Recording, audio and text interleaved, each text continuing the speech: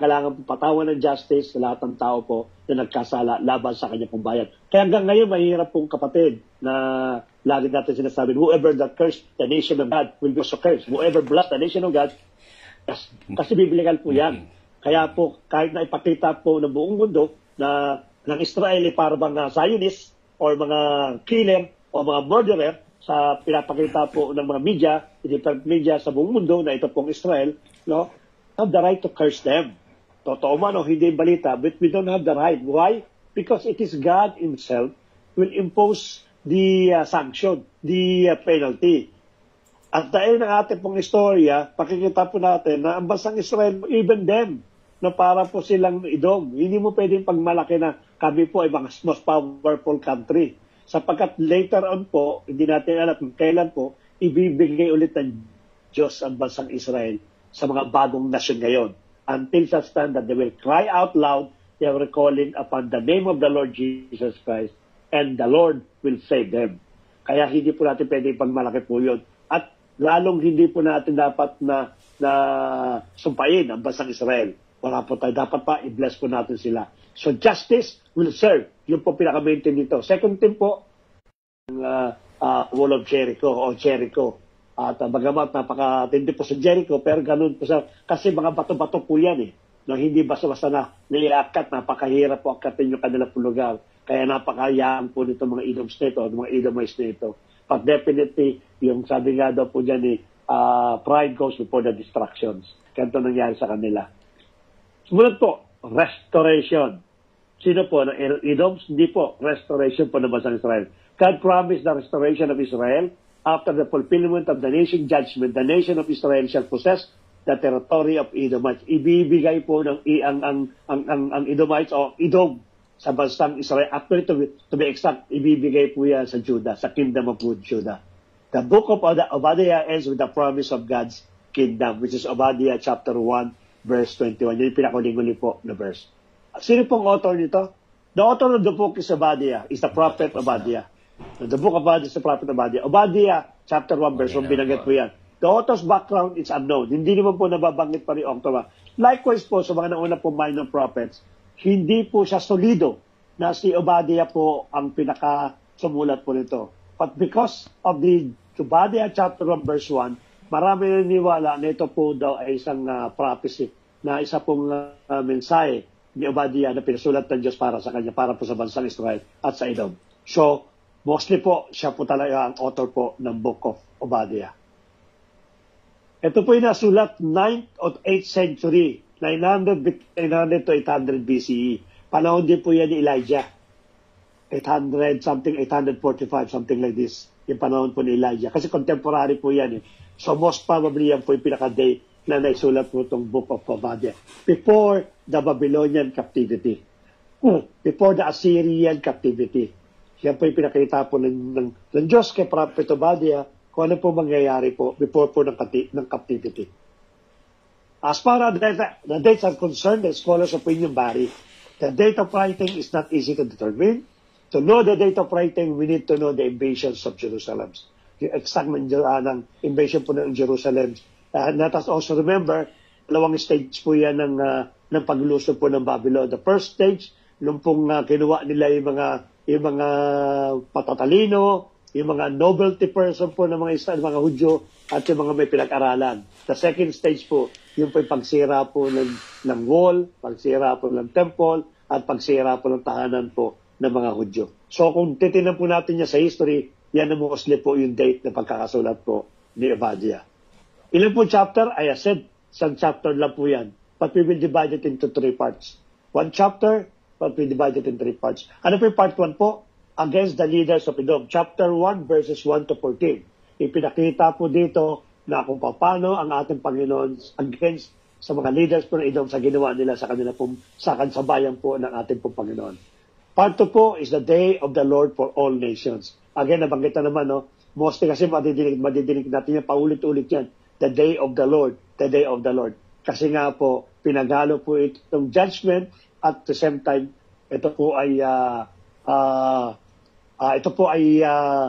hope ng bansa sa pagbangon po ng Israel. And lastly po, in part 3 po, the hope for the restoration of God's kingdom.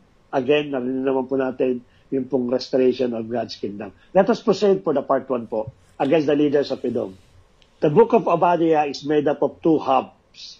The first of which is a series of accusations against the leaders of Edom for their pride and self-exaltation. They say to themselves, we live in the heights at home. Pag sinabi kasi heights kasi, ito yung, kasi po during that time, sa panahon po ng yung pinaka-old century po, no? Pagka ang iyo pong kingdom, ang iyo pong palace, ang iyo pong templo, o iyo pong lugar, ang kaharian po ninyo, naitayo po ito sa matataas na lugar, yan po ay tinatawag ng mga fortified city. Mahirap pong pasukin, mahirap talunin, mahirap po i-conquer yung lugar po nila. At ito lang sinasabi dyan, we live in the heights, at home with the stars. Sabi, napakataas to kanila pong kinalalagyan. Hindi po yung figurative o hindi po symbolical, but it is literally yung kanilang kingdom na sa tuktok po maaari ng mga bato-bato pong mga bundok. Who can bring us down? Sino raw yung sinabi sa Obadiah chapter 1 verse 34. It is in this pride that led the Edomites to not just stand idly by the Babylon, came to destroy Jerusalem, but to actually participate in the destruction.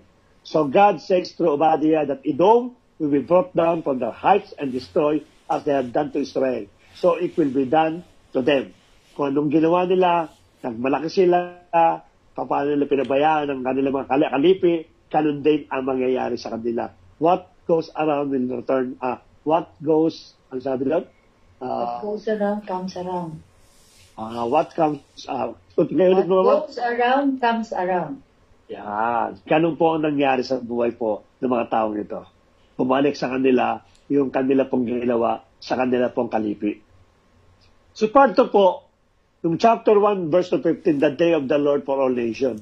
Now, right when you think you're about to hear how Edom will meet its doom, the topic suddenly shifts. Nag-shift po yan. In verse 15, nagkaroon po ng shifts. Ano pong shifts? Yung 1-14, verse 1 to 14, sa about the Edom, idaliwanag po, dinetalye po kung paano sila babaksak, kung paano sasagupin yung kanilang lugar, kung sinong bansa sa Judah, sa Ephraim, ang kukuha ng kanila pong mga parte ng kanila pong lupa, no? But in verse 15, we hear that the day of the Lord is near. Binanggit po ni Obadiah na parating na yung araw ng ating Panginoon. At ito po against all nations. Hindi lang po Edomites, hindi lang po Edom, but for all nations. Why this sudden shift of focus from Edom to all nations? Kasi po, ang reason po yan, this verse acts a hinge piece linking the first half of this book to the second, in which Obadiah announces that the day of the Lord, not only for Edom, hindi lang po Edom yan, but for all nations. Nabanggitin po natin, there will be a judgment of nations. Darating po yan, na kung saan ang Panginoong Kristo mismo ang maghihiwalay sa tupa at sa kambing. Paghihiwalay niya po yan. Ano yung simbolo po niyo? Yung lahat po ng kambing na hihiwalay po niya, na parurusahan po niya. Ito yung mga bansang ito na nagtulong-tulong para po sakupin, gibain o sirain ang bansang Israel, including those in the Middle East country. Lahat po yan, nakakatulong po ng ating po Panginoon. At sino ba magiging tupa? Yung mga tupa po, ito yung mga bansa na kumampi, kipag-alay sa bansang Israel. Kahit na sila po yung natatala na during that time, ito mga taong ito yung kanilang loyalty sa bansang Israel, ando doon pa rin po yung kanilang allegiance sa Israel, ando doon pa rin po yan. Hindi sila nag-wait. Bibigyan po ng gantimpala yan doon sa judgment of the nation. Ito ina-announce po yung the day of the Lord na i-judge na all nation. Obadiah say that all nation walk like Edom will face God justice. At sabi ko sa inyo, no? Lahat ng lumaban, lahat na nagtawa sa Israel, lahat ng hindi tumulong, lahat ng naglut at inabuso pang bansang Israel, yan po katulad po ng Edom, they will face same God's justice. And they too will fall from their prideful heights and come to ruin.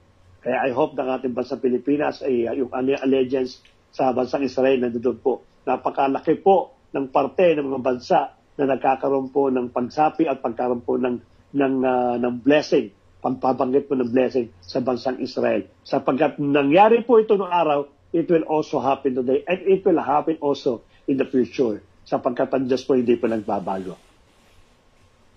Ano pa po ang sinabi dyan? The combination of these two sections show us why Obadiah is so interested in this tiny southern neighbor of Israel, which is the Edom, in the first place.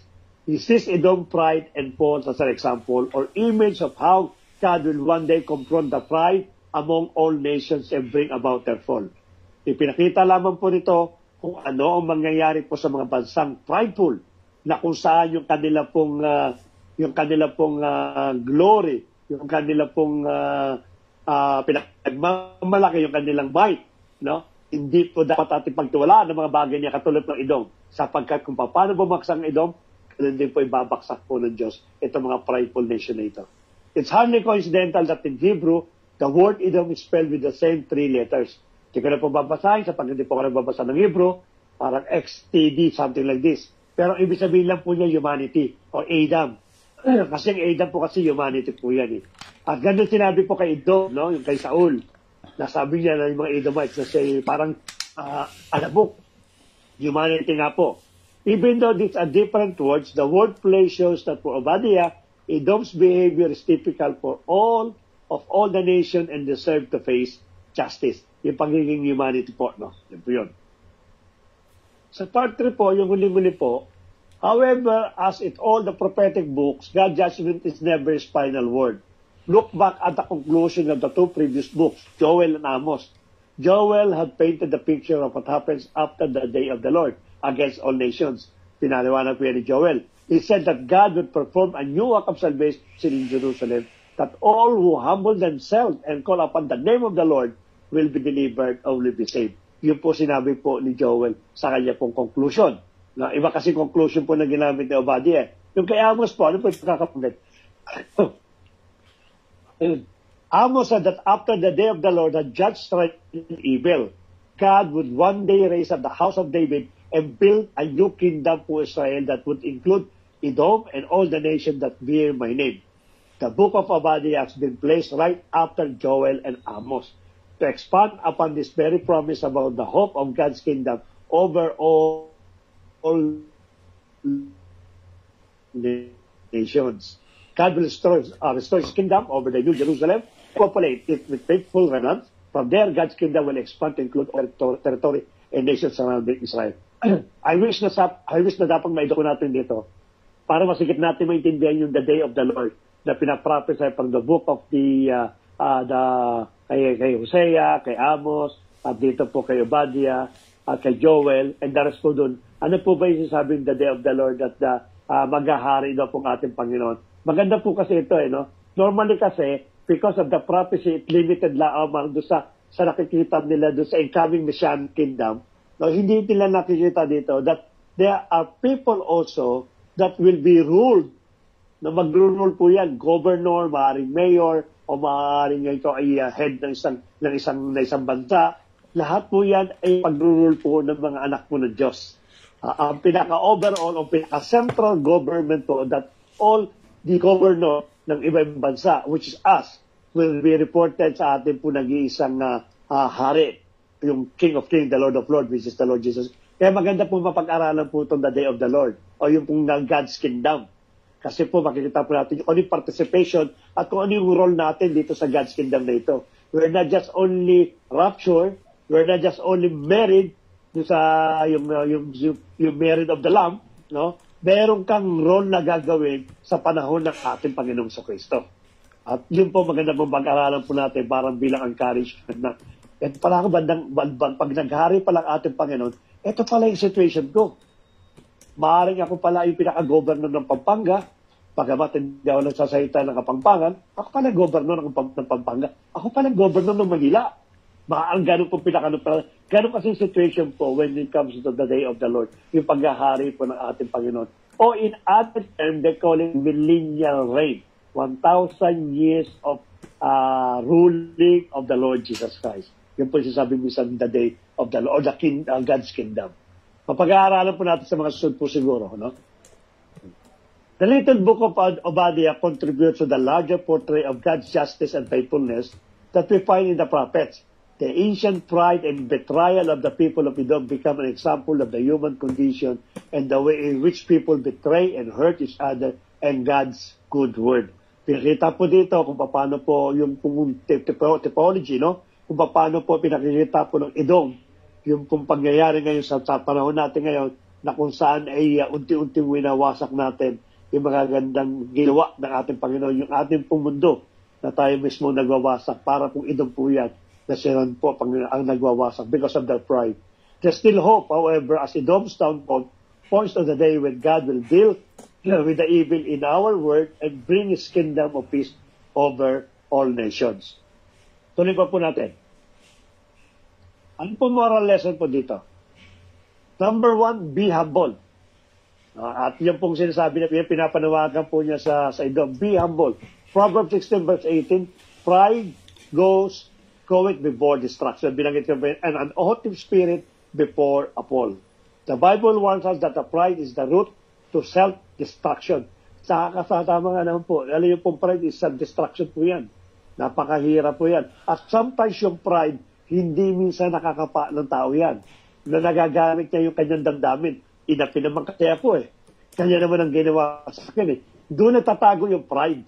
Para hindi natin makita yung paano i-conquer o paano i-defeat, paano labanan yung ating pong pride. Kasi doon nga po siya nakatago sa ganun. Kaya mahirap pong tanggalin yung pride minsan sa buhay po ng isang tao because mapanlil lang po ito eh.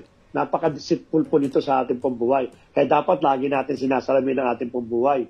Ang salamin po natin lagi, it is the Word of God. Para makita po natin na yung ating palang buhay ay punong-puno na pala ng pride. Kala natin gina-justify lang natin because may mga something na nagawa sa atin, kaya kinagantihan po natin, kaya yung pride hindi pa natin nakikita. Kaya hindi ka magpatawad, bakit? Kasi marami na siyang ginawang kasalanan sa akin eh. Para naman akong engot, para naman akong tanga kung lagi ko siya patatawarin. Hindi natin lang, that's already pride. Nagkikreate na po ng pride. No? Sapagkat, bakit po? Kasi sasalamin mo ang sarili mo sa Word of God eh. Ang sabi ng ating Panginoon, patawarin mo siya habang nabubuhay ka. Hindi 77 times. Kundi habang nabubuhay ka, lagi mo siyang patatawarin. No? Hindi mo siya kukonsintihin o patatawarin mo siya. Magkaiba kasi yung kinukonsinti sa pinapatawad. Diba? Yun po yun. Dapat ganun po lagi nga po natin. Kaya yung pride, mahirap po yan. Let's always be humble. Ito lang naman ang medicine po ng pride eh. Humbleness, no? The book of Obadiah teaches us that true security comes from God. The destruction came to the nation of Edom because of its pride. God wants people to be humble before Him. Sabi nga ng ating Panginoon, if my people who call by my name shall humble themselves, sabi doon, and I in heaven, I will heal them. Nakita po natin paano po yung humbleness. Hindi lang po yan sa nasyon, no? Even individually, we should always humble ourselves. Marami po minsan tao na madalas na gusto sirain po tayo, labanan po natin ang humbleness. Kaya natin ng Lord na siya pong tumayo sa harap po natin. Ano pa po yung humble?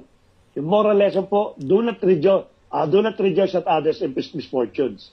Ito madalas po tayo dito minsan, no? Yung Proverbs chapter 24 verse 17 to 18. Rejoice not when thine enemy falleth, and let not thine heart be glad when they stumble, lest the Lord see it, and it displeases him, and he turn away his wrath from him. God is just. People will reap punishment if they sow sin. Consequences of sin will always come. The book of Obadiah teaches that we must never be happy about others' misfortunes. Kaya po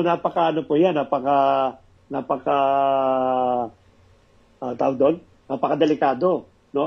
Yung bang halimbawa, may mga situation na lagi sinisilip yung isang iglesia, madami na sila. Bakit kaya sila madami na? Siguro dahil lagi naglilibre si Pastor Bernard dyan sa Pastor Irene.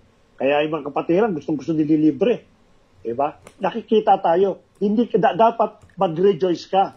Kung makita mong dumadami yung isang iglesia, dapat mag-rejoice ka kahit meron kayong samaan ng loob. Bakit? Kasi nakikita mo na maraming tumatanggap, kaya nga minsan sabi ni Ate Rona pa, sinasabi niya dapat mag-rejoice tayo. Bakit? Maraming kaluluwa na liligtas dahil sa kanila. No? Dapat gano'n ang attitude.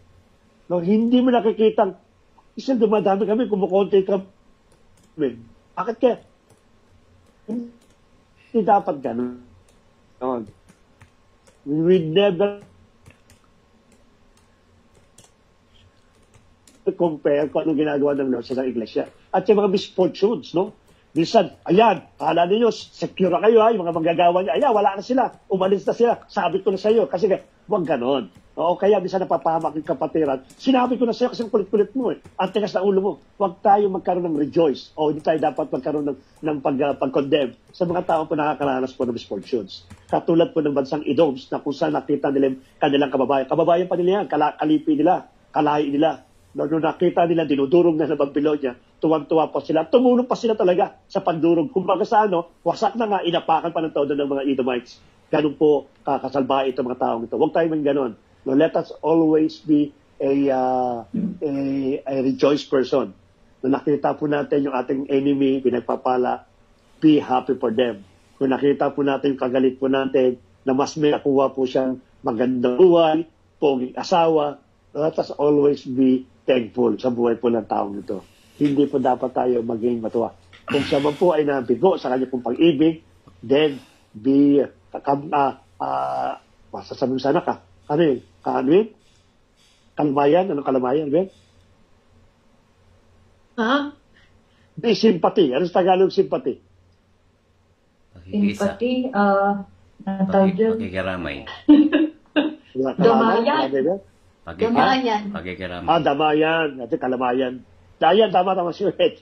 Damayan ba, damayan? Sorry po, kala ko. Kasi na-miss ko nung kumain ng kalamay. Kaya kalamayan. Damayan pala. Yung pala. Yun po yun. So, do not rejoice at other misfortunes. Sapagkat pag ginawa mo yan, it will return back to us. Babalik sa atin yan. Then later on, tayo naman ang tinatawanan po ng mga tinawanan ng araw. So, let us always be sympathizer sa mga nangan. Unawain pa natin sila lagi. Tulungan natin sila kung nakakailangan po ng tulong. It doesn't matter kung maganda yung relationship ninyo o hindi. Sapagkat yun ang pagkakatawag sa bawat sa po sa atin. Number 3 po na moral lesson. Maging faithfulness po tayo. Edom is an example to all nations who are hostile to God. God is faithful to protect His people from destruction and restore all things according to His purpose and plan and His time. People who are faithful to God have hope for a new future. Let us always be faithful sa Panginoon. Submission, no? The Edomites were constantly harshing the Jews. They even refused them to pass through their land when Israel came out of Egyptian captivity. Ito binabanggit kanina na nag-request po sa. The Edomites were proud of their wealth and thought they can live without God. The pride of life comes from the devil. The book of Obadiah teaches us that we should not let pride enter into our life. We must oppose the devil and submit to God. Let us always submit ourselves to God. Sapagkat yun naman pong kailangan po natin in order to counter ito pong ating pong pride, ating pong buhay. God bless po. Meron pa lang. God stand up for His people. When the city of Jerusalem was attacked, the Edomites enjoyed the city's destruction. For this purpose, Edom would suffer. If we follow God, then He is on our side and we stand up for us. And lastly po, separation. In the book of Obadiah, we see that Edomites will be cut off forever from God. Actually, binura po yung lahi po nila. If you read the book of Obadiah, the complete, nawala po yung lahi po ng mga Edom. Hindi na po nag-i-exist until this day because yung ginawa po nilang kapalapastangan sa bansang Israel. Binura po sila ng ating pong Panginoon sapagkat napaka-sokdulan nga naman yung ginawa po nila. Because of their cruel behavior, God promised no mercy to Edom. They will be punished with everlasting destruction. We must not like the Edomites and should recognize God's sovereignty and submit to Him. So, kinakailangan po natin lagi tandaan itong istorya po ng Edom. Maraming salamat po. God bless po. And see you next Monday po. Salamat po, Pastor Bernard. Ayun, sabi niya, damayan. At pagkatapos, sabi po ni Kuya Manny, yung pride daw po ang number 1 na sangkap ng kasalanan ng tao. Kaya ang mensahe, huwag niyong ipagkagandakan sa nakararami yung nagagawang kasalanan ng inyong kapwa. Yun. Sabi nga, confess your sin, not the sin of others Confess your sin to one another, so you will be forgiven. Sabi po doon.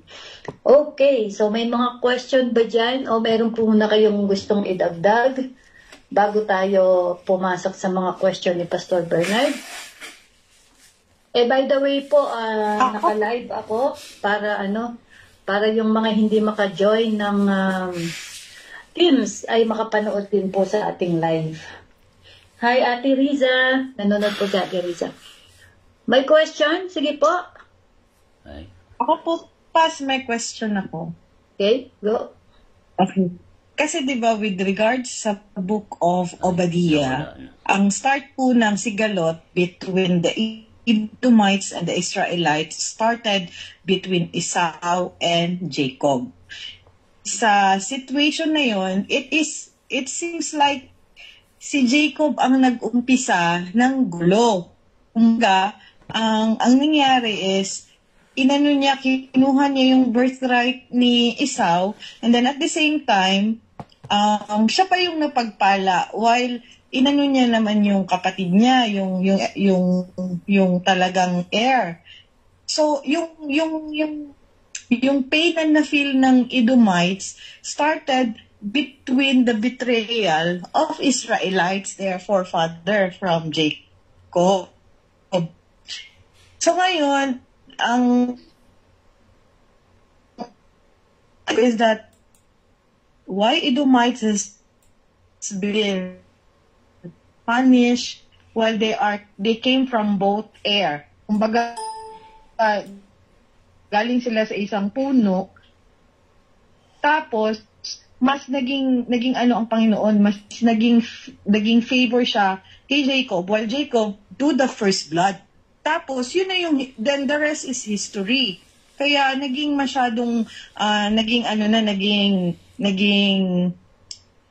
hindi na maganda yung relasyon ng Edomites sa Israelites simply because it started with their forefathers from Esau and Jacob, and ang nun is si Jacob ang nagdraw ng first blood sa kanilang dalawa. Yet they are still the one who's being favored by God, pero galing lang sila sa isang lipi. Bakit mas na-favor ni Heavenly Father yung Israelites from the lineage of Jacob, while isa lang naman yung nila, yung pinanggalingan nila. In fact, twins nga sila eh. Tapos, yun pa talagang nag-start ng gulo, yun pa ang na-favor. Okay. Dad, may daddy, narinig mo? Konti lang. Question mo yan? Kasi minum akong tubig eh.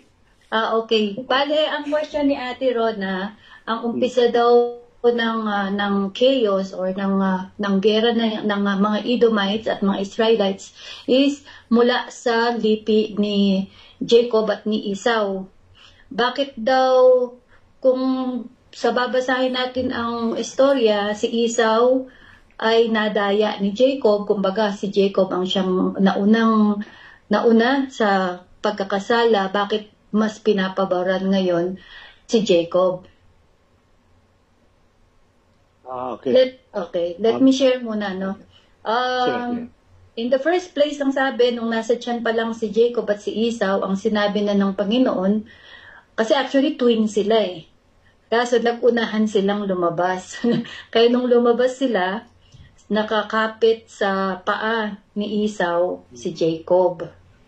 Okay? At na-prophesy na si Jacob ang siyang mangunguna sa kanyang kapatid.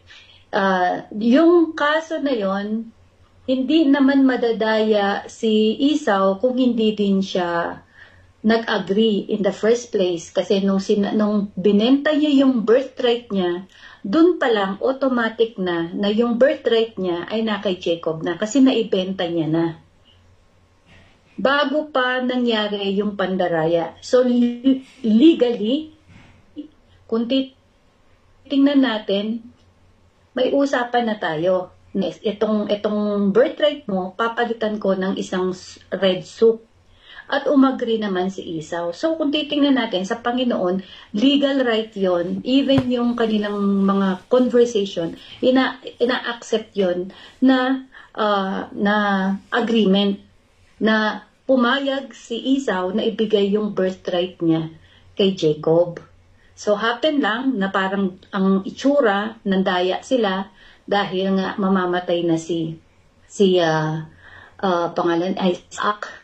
Okay? At kung makikita din natin yung story, gumawa ng paraan si Jacob para makipagkasundo sa kanyang kapatid. Yun nga, ang dami ng ibinigay niya. Pinagpala din naman si Esau, di ba? Pinagpala na si Esau, pero binigyan pa siya ng maraming regalo bilang tanda ng pakikipagbati ni Jacob. Kaya kung titingnan natin, hindi natin masasabi na nag-umpisa siya kay Jacob. Nakikita kasi ng Lord yung usapan. So, sabi natin, God is just. At para sa akin, inaprubahan ni Esau yung pagbenta ng birthright niya. Okay? Ikaw, Dad? Okay, dagdagan ko po yun, no? Dagdagan ko lang po yun. Tama po yung, yung binanggit po doon.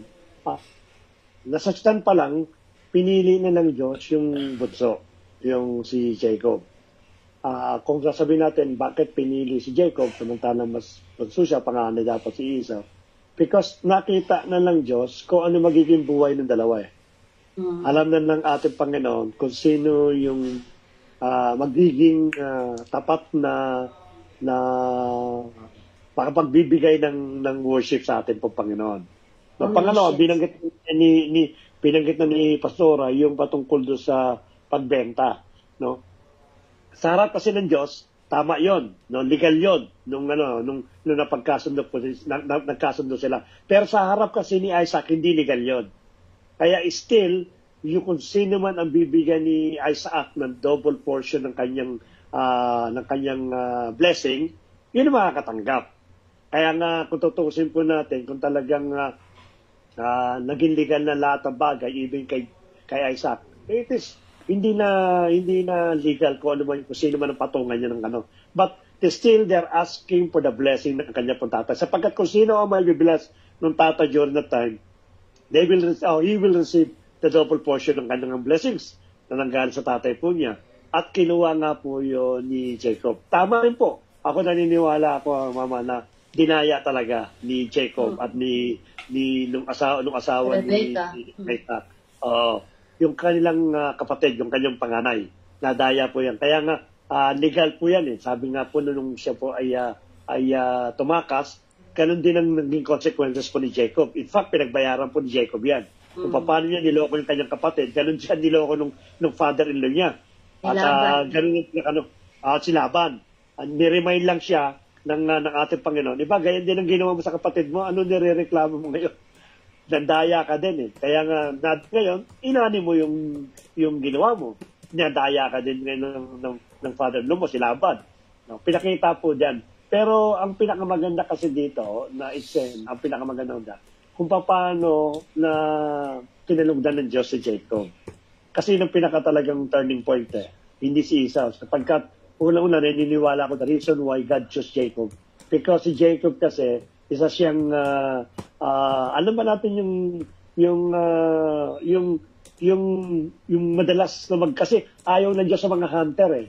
Katulad ni sini Mama yung isang pumatay si Abel, di ba? Si Cain. No? Madalas kasi ayaw niya na madubo yung kamay. Katulad ni Haring David. At si Jacob kasi, madalas siya sa field. Siya yung nag-aano ng mga field, yung mga halaman nila, yung mga herbs. Yun ang pinakano niya. Si Esau kasi, isa siyang hunter. So madalas, yung kanyang kamay nalalagyan po ng dugo po yan.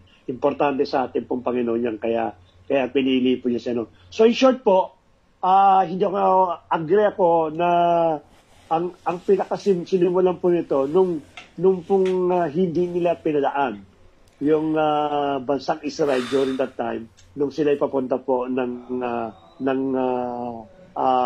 promised land. At the same time, hindi natin masasabi na napaka-just ng ating Lord eh.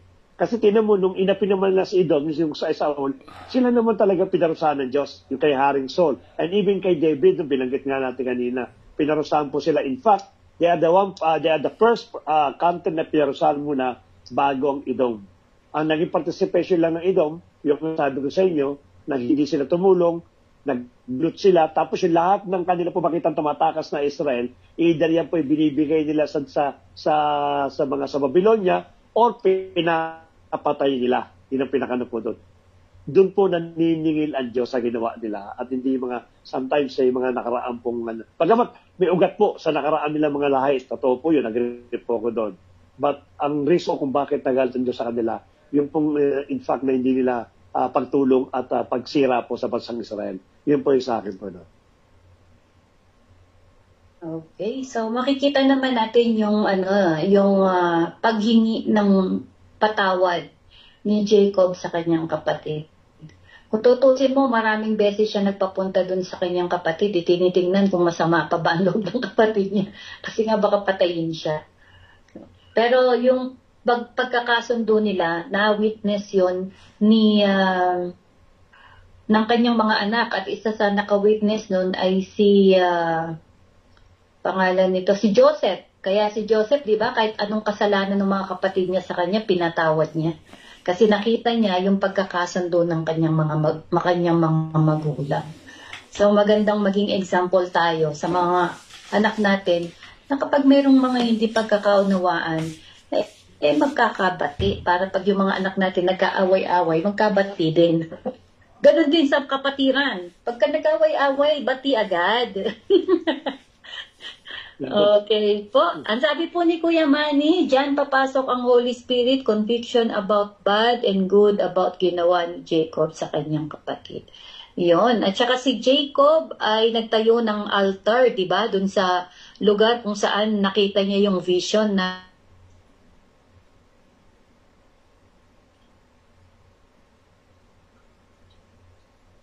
araw. Sabi niya, hindi ako papayag na hindi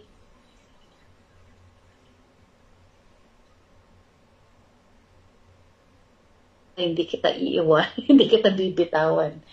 Matigas ang ulo. Kaya ang pangalan po ni Jacob ay matigas ang ulo. Kaya tingnan niyo po hanggang ngayon ang tigas ng ulo ng mga Israel. Jacob is Israel. Israel at Jacob means matigas ang ulo. Okay, may question pa po ba?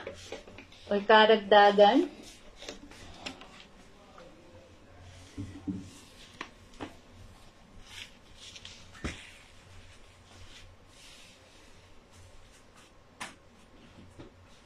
Nabasa nga daw po ni Ate Risa ito sa Bible, magkapatid na Esau at Jacob. Opo. Okay, so ang topic natin, di ba, about yung pride, napakalaking punto.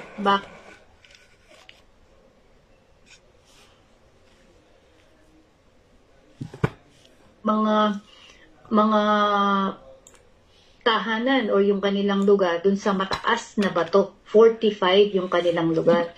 So ang sabi niya, sintaas man kayo ng lipad ng agila o itaas mo pa hanggang sa mga bituin, ako ang Diyos na magbabagsak sa inyo, ang sabi po ng Panginoon doon. No? Tapos kung titingnan natin sa sa New Testament, yung sa Luke chapter 12, yung parable of the rich fool, no, yung mayaman na hangal sa Tagalog. Yung sinabi niya, yung aking lupa, maraming masyadong mga ani. So ang gagawin ko, titibagin ko kanya yung aking kamalig at magtatayo ako ng mas malaking kamalig at ilalagay ko lahat doon ang aking mga na-harvest. At pagkatapos kanya, sasabihin ko sa sarili ko ay napakayaman mo na. Magpa-relax ka na lang, mamasyal ka dito at uminom-inom ka ng Starbucks cafe. Tapos pumunta ka, lumipat. tapos lumipat ka dun sa may Java Cafe. Pagkatapos pumunta ka dun sa may Half Million. Lahat na. Yung buhay niya ba, magpahayahay na lang siya, ang sabi niya. O ano po sabi ng Diyos? Nakalimutan pa isang kape yan. Yung alin? Kibahan. Kibahan. Diba? O, ang sabi ng Panginoon, nung siya nagsawa sa kape. Joke lang po, ha? Nung siya nagsawa na, ang sabi ng Panginoon sa kanya, isa kang hangal. Hindi mo alam, ngayong gabi kukunin ko na ang buhay mo. So, wag po tayong masyadong magmataas kung ano yung meron tayo ngayon, yung sitwasyon, yung status natin ngayon. Katulad ng mga Edomite, no? Masyado na silang nagmataas. Masyado na silang umasa dun sa kanilang kalalagayan. So, same po nitong parable ng rich fool. Masyado na niyang pinanghawakan yung kanyang kamalig, yung kanyang kayamanan. At ang sabi ng Panginoon, ngayong gabi kukunin ko ng buhay mo. So, same po sa Edomite, etong araw na ito na itatalaga ako na papaslangin kayo. Kumbaga mauubos sila. Ang sabi po doon, meron ako kanina nung pinapakinggan namin ni Pastor Saco dyan, sabi niya doon, yung mga magnanakaw kanya, kapag nagnanakaw sila, ang kinukuha lang nila yung kanilang maibigan. Yung mga halagang bagay, di ba? Yun lang ang kinukuha ng magnanakaw. Hindi naman pumunta yung magnanakaw, bibit-bitin yung buong bahay mo, hindi po ba? Yun lang kanyang maibigan, sabi niya. Pero kayong mga Edomites, ang mangyayari sa inyo, walang ititira sa inyo. Sabi po. So yun ang word ng Diyos sa kanila. Nagmatigas pa rin sila dun sa babala ni Obadya. So anong nangyari? Sila po talaga nilipol ng Panginoon. Kasi ang Panginoon napaka-just niya. Ang sabi niya dun sa mga Israelites, hindi ko pa may ibibigay sa inyo yung lugar ng Kanaan kasi hindi pa umaabot sa sukdulan ng kanilang pagkakasala. So, ang Lord may chance sa pambinibigay talaga eh. Pero pag umabot ka dun sa sukdulan, ayun po yung justice talaga, ibibigay ng Panginoon. Yan. Wala pa rin mga tanong? Wala pa rin pong nagre-raise ng hands? May tanong. Oh, sige. Pause. Sige. Doon sa pag-aralan natin, no? Again, yung same questions. Wala ka bang moral lesson? Wala. Ano yung pinaka-moral lesson na nakuha po natin dito? Of course, maliban pa sa moral lesson na pinanggit ko. Sa inyo pong opinion, sa inyo pong pagkakaintindi sa pag-aralan natin, ano po yung moral lesson? If possible, is one word, mas maganda. Ano pong moral lesson yun? Humble. One word lang? Vengeance. Humble. Vengeance? What do you mean vengeance? Sino salita ng vengeance? Dati mo, Rona. Naging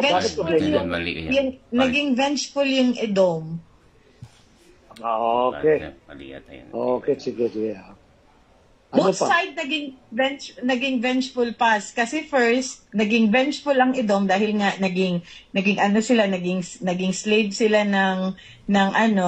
nagkaroon sila ng dispute between sa kanilang mga forefathers, and then after that nung na-conquer din sila ng Israel, ginawa silang slave. So yun yung naging vengeful yung heart nila, and then after that yung Israel din, nagkaroon din ng galit sa kanila dahil nga dun sa hindi pagpapadaan sa kanila. Maganda yun. Actually, halos pareho kami ni Ate Rona ng sagot. Kaya lang ginamit yung word vengeance. Sa akin kasi revenge. No, yung ating pumasok dito. Kasi, bakit revenge? Kasi normally parang tayo, no? Sa panahon natin ngayon, sabi nga ni Kuya Manny, digital na mundo ngayon. Ang revenge kasi natin, napakadali natin express. Diba, mag-post ka lang sa social media, sa Facebook, pwede mo lang tirahin yung kaaway mo eh. Minsan gumagamit ka pa nga ng word of God ba? Para na makapagiganti ka, aminin mo ng iba, hindi. Talaga yung taga nangyayari. No? Hindi, word of God lang yan. Pero look at the way you post the word of God. At sometimes, nag-post ka ng word of God, meron ka pang comment sa baba. No? Ako may kilala. Ayan, ganyan. Hindi maganda. Walang may dudulot po yung revenge. Pag pinairan po natin yung ating pong damdamin. Katulad po nangyayari po sa Edom. Tama sabi niya, Ate Ronald, agree ako, either Edom o Israel. Walang mangyayari pong pairali po natin yung ating pong revenge. At the end of the day, God will punish us sa ginawa po natin. Napakadali na po natin ngayon tumihirang ng isang tao. Especially pagdating po sa mga social network.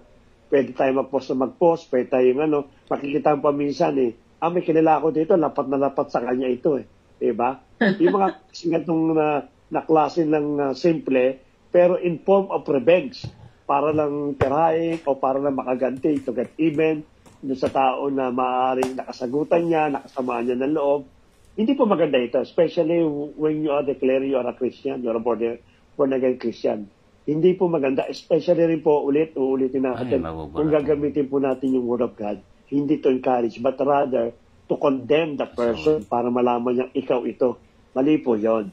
Hindi po tama. Kaya nga, let us remember na madalas may mga nakakapanakit sa atin. Kaya nga minsan nagagalit na to si Pastora sa akin eh.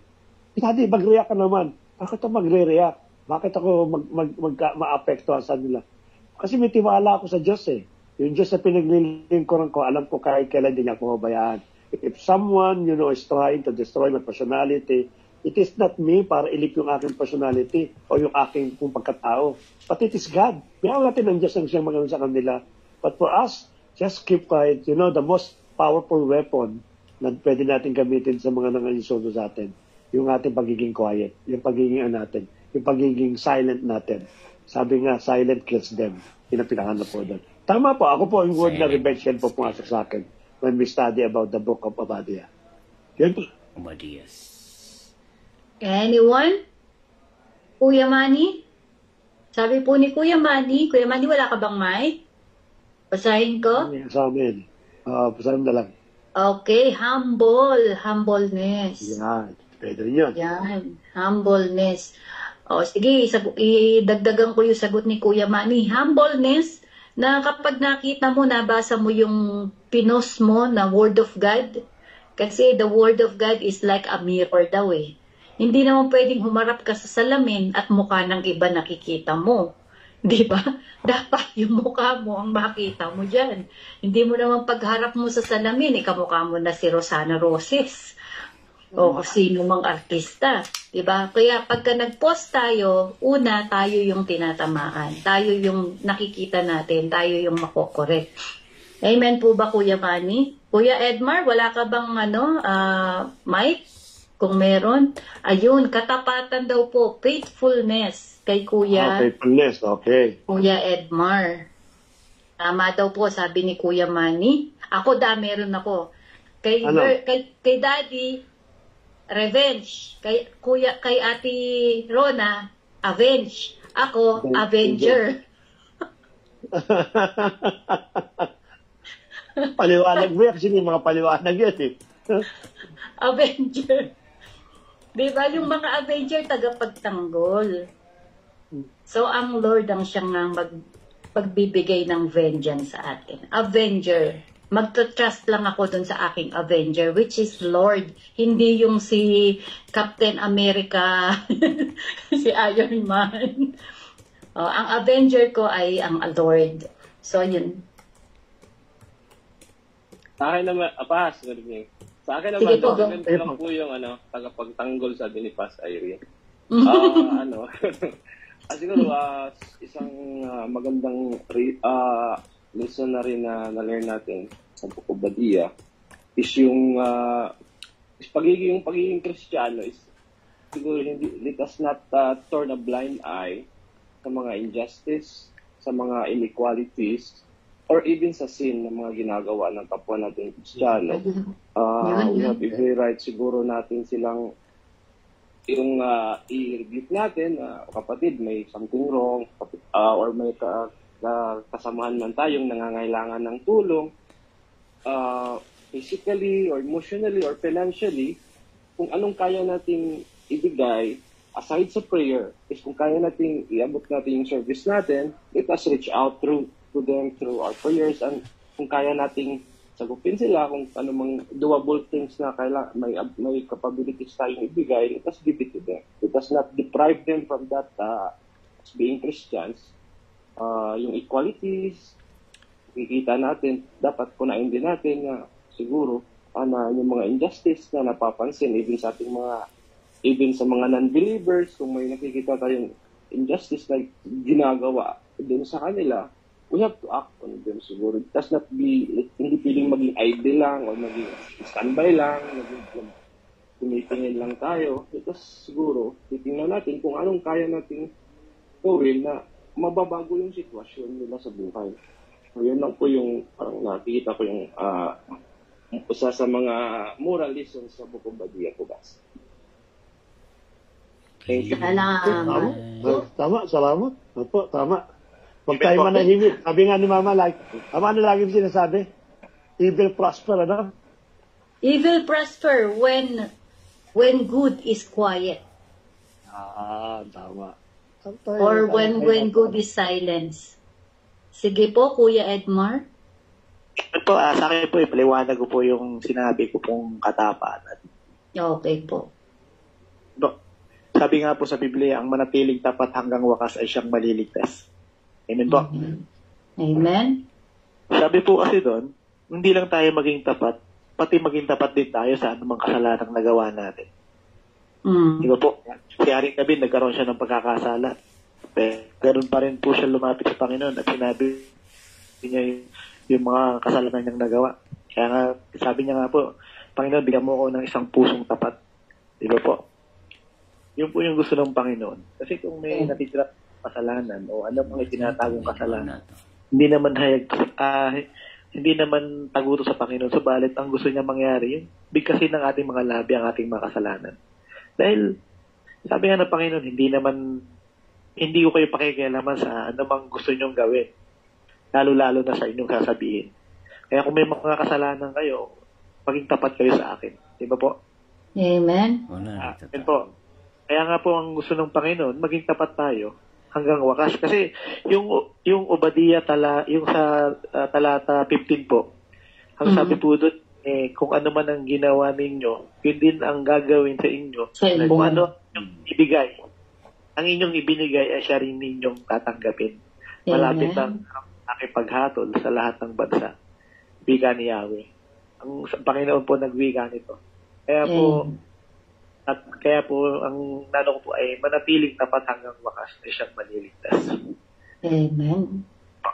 Magandang gabi po. Salamat po, Kuya Edmar. Tama po yun. Sabi niya, do not be deceived. Whatever you sow, you will reap. Diba? Huwag tayo magpadaya. Kung anong tinanim natin, ang siyang ating aanihin. Magtanim tayo ng sa galit, ay aani tayo ng galit din. Magtanim tayo ng unforgiveness, ay hindi rin po tayo patatawarin. Malinaw po sa Bible, ang taong hindi nagpapatawad, at sabi, hindi patatawarin ng ating Diyos Ama. Okay, yung sinabi ni Kuya Arnold, bigyan ko ng verse, no? Ang sabi dito, 1 Corinthians chapter 5 verse 12, it isn't my responsibility to judge outsider, but it is certainly your responsibility to judge who are, nawala naman ang aking teka lang po, nawala ang aking nets. Teka lang. Corinthians chapter 1 verse 12 po. Teka lang po.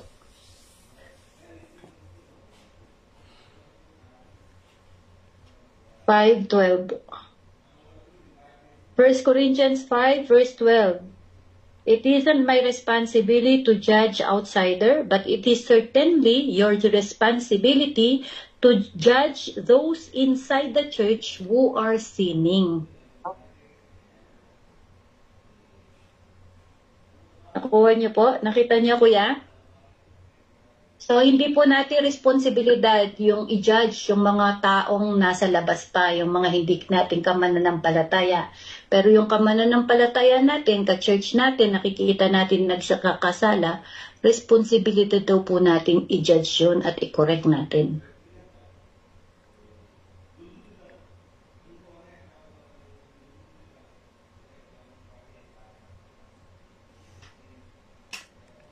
O, biglang nahimik. Okay. At may sinabi din, di po ba? Ang sabi doon, kung ikaw ay sinasabi mong mahal mo ang Diyos, pero yung kapatid mo na nangangailangan ay hindi mo lang maabutan ng tulong, ay isa ka daw sinungaling. Sabi din po ng salita ng Diyos. Kaya tama po yun, yung mga nangangailangan. Imbes po sa iba lumapit, dapat po sa atin lumalapit. Kung meron din lang po din tayo, wag natin sabihin ipag-pray lang natin sila. Abutan natin kung meron. Ang sabi po ni Kuya, Mama, abutan mo ako mamaya. Bigyan kita ng 500 yung Friday, Sinamigay niya na pas. Kaya nga hindi ko nilalagyan ng wallet niyan kasi mabilis maubos. Sabi po ni Kuya Manny, mensahe, minsan nasabi ko rito sa Facebook, hindi tayo pwedeng mag-share ng mensahe ni God kung hindi tayo totoong nakaalala kay God. Tama nga, no? Sino po nakakita nung aking My Day? Kahapon ba yun? Si Pinocchio, nakita niyo po ba? Yeah. Yung nag-preach na ano. O, diba? Yung shadow niya mataas yung ilong. No, diba? Kung nagtuturo tayo at hindi nakikita sa atin, hiya-hiya. Okay, so? Diyan na papasok yung ano pas, yung yes, tama po. Tama po. Kami kahit ngayon nangyayari po ito sa bawat pamilya. Sabi ni Ate Riza, favoritism daw yung kanyang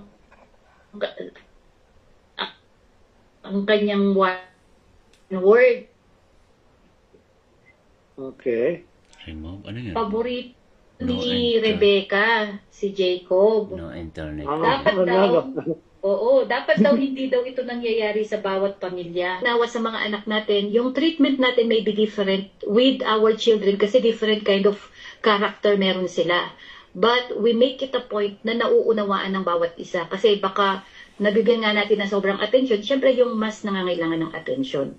So, ipaunawa lang natin sa kanila. Kung merong masakitin, kung merong mahiyain, yun talaga ang bibigyan mo ng maraming oras para ma-boost yung kanyang confidence.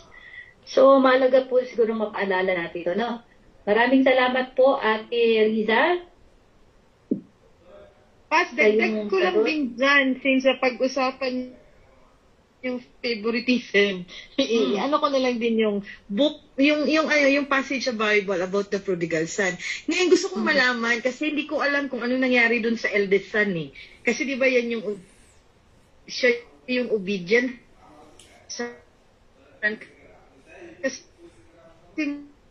mostly kasi Yung lolo ko yung signal ko. dun sa parable na yun, dun sa passage yun, nakafocus lang ang Bible dun sa prodigal son. Ngayon, anong ibinigay ng Panginoon na reward dun sa firstborn na nagpagal siya sa kanyang ama, na ibinigay niya lahat ng loyalty niya sa kanyang ama at hindi niya iniwan while sa lahat ng ginagawa niya, yung ama niya naman nilulong yung lumayas na anak. So, parang tayo lang. Parang tayo lang din. Ate Ron, nandun din yung sagot sa dulo nung parable. Ang sabi kasi nung panganay, di ba, nagtatampo siya, ayaw niyang pumasok. Kasi nga, naririnig niya yung mga kasiyahan dun sa loob at naaamoy niya yung litsyong tupa. Kasarap-sarap siguro nun. Sabi nung mga katulong doon, pumasok siya, ayaw niyang pumasok, nagtatampururot. O di, nilapitan siya ng tatay. Ang sabi ng tatay, doon siya nagsabi sa tatay niya, bakit ganun? Sabi niya, umalis nga yan, nilustay niya yung pera mo, at pagkatapos ngayong bumalik, pinaghanda mo pa. Samantalang ako na lahat ng loyalty ko, dito ako palagi, nakaalalay sa'yo, masipag, bla bla bla, lahat na sinabi niya, no? Hindi mo man lang ako pinangkatay ng isang maliit na tupa. Anong sagot ng tatay? Ang kapatid mo, he was lost but now found. Ikaw, lagi kitang kasama kung anong nasa akin, sa'yo din. Ang problema, hindi alam ng panganay kung ano yung rights at authority meron siya. Pero kung anong meron ng tatay, sa kanya din. So, ganun din tayong mga Kristiyano. Pare-pareho tayong Kristiyano, pero bakit yung isa napagpapala ng higit kesa dun sa isa? Kasi mas alam nung isa yung karapatan niya sa presensya ng Ama. Yung benefit ng kaligtasan na ibinigay sa kanya, yung benefit ng faith na meron siya, alam niya, kesa dun sa isa. Dun natin makita yung difference nung bunso at saka nung panganay. Ate Ron? Okay. So, sino ang hindi nakakaalam yung panganay? Hindi niya alam yung birthright niya? At yung bunso? yung panganay. Kasi yun ang sabi niya, yung bunso alam niya, hiningi niya nga agad di ba? Kaso nilustay niya. Okay. Okay. Kumbaga, ang istorya nung bunso, alam mo yung magastador. Pero naituro na po, hindi pa yata sa church natin, no? May turo ako dati, version naman nung panganay, kasi laging naituturo yung bunso na prodigal son. Ang itinuro ko naman nung isang beses, yung namang panganay. So yun nga po, tayo yun, na hindi natin yung ating rights. No, nakatira nga tayo sa kasama natin yung ama. Si tayo, andito tayo sa isang iglesia, isang bahay. Pero bakit yung iba na enjoy yung pagpapala? Bakit ikaw hindi? Samantalang dapat ini-enjoy mo. Yun yung sabi ng tatay sa kanya. Hindi ba kasama kita kung anong meron ako, meron ka. Gusto mo maglitsyon ka, 10. Gusto mo, pwede, ganun po yung senaryo na yon. Daddy? Nagbakasyon ka yata Tama, nakikinig ako sa inyo. Tama naman yun. Tama. Agree. Okay, sabi po ni Kuya Manny, dyan daw papasok yung hinanap ni God, yung nag-iisang nawawalang yung tupa, yung nawawalang isang tupa, 99 against 1. Iniwan yung 99, hinanap yung isa. Tama po ba, Kuya Manny?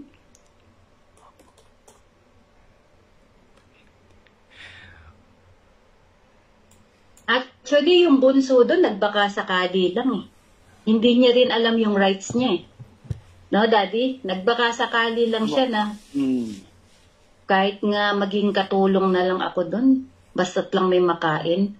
Pero nung dumating siya, nagulat siya na ito pa pala yung rights ko, hindi pa pala nawawala. O, di ba?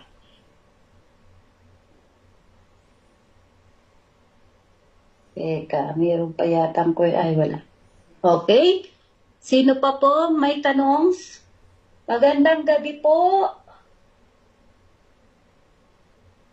Kanina nanonood si Ate Amina, si Kuya Romel Zapata, dating si KGM to no? At saka si Kuya Batanggenyo. Pigil lang Batanggenyo. Okay, meron pa po bang mga karagdagan at mga tanong?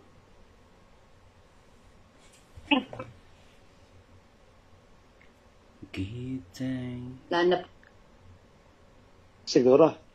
Ayan, napakahaba ng... Daddy, sabi mo, madali lang ang turo mo ngayon kasi isang chapter lang Pero kasi maganda kasi moral lesson. Buti kumain. Marami nag-contribute. Buti kumain na tayo. Ang sarap po ng pagkain namin. Walang kamatayang kabsa. Hindi na ubos Okay po, wala na po ba? Satisfied na po ba ang lahat sa mga sagot? May mga nagdagdag na Okay. Sige po, close natin. Sino ba pwede?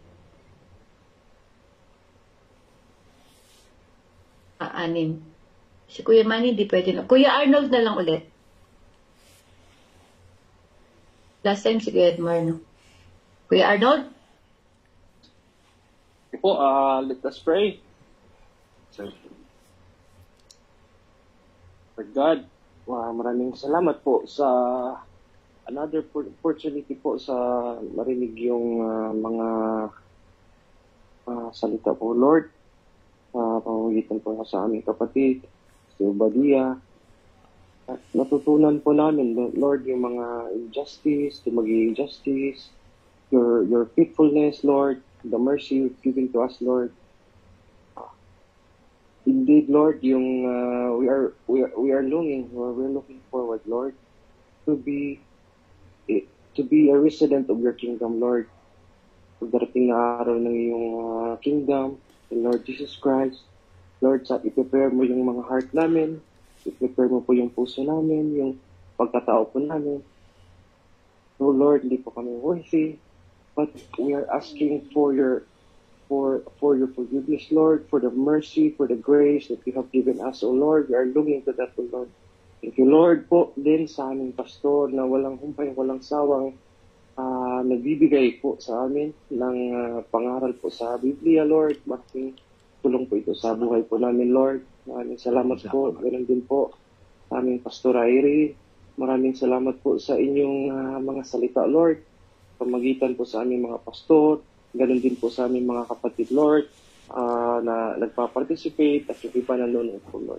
Naway, lahat lang ito, ririma po sa aming buhay, ma-apply po na sa aming pang-araw-araw na activities, Lord, sa trabaho, sa pakikitungan po sa aming pamilya.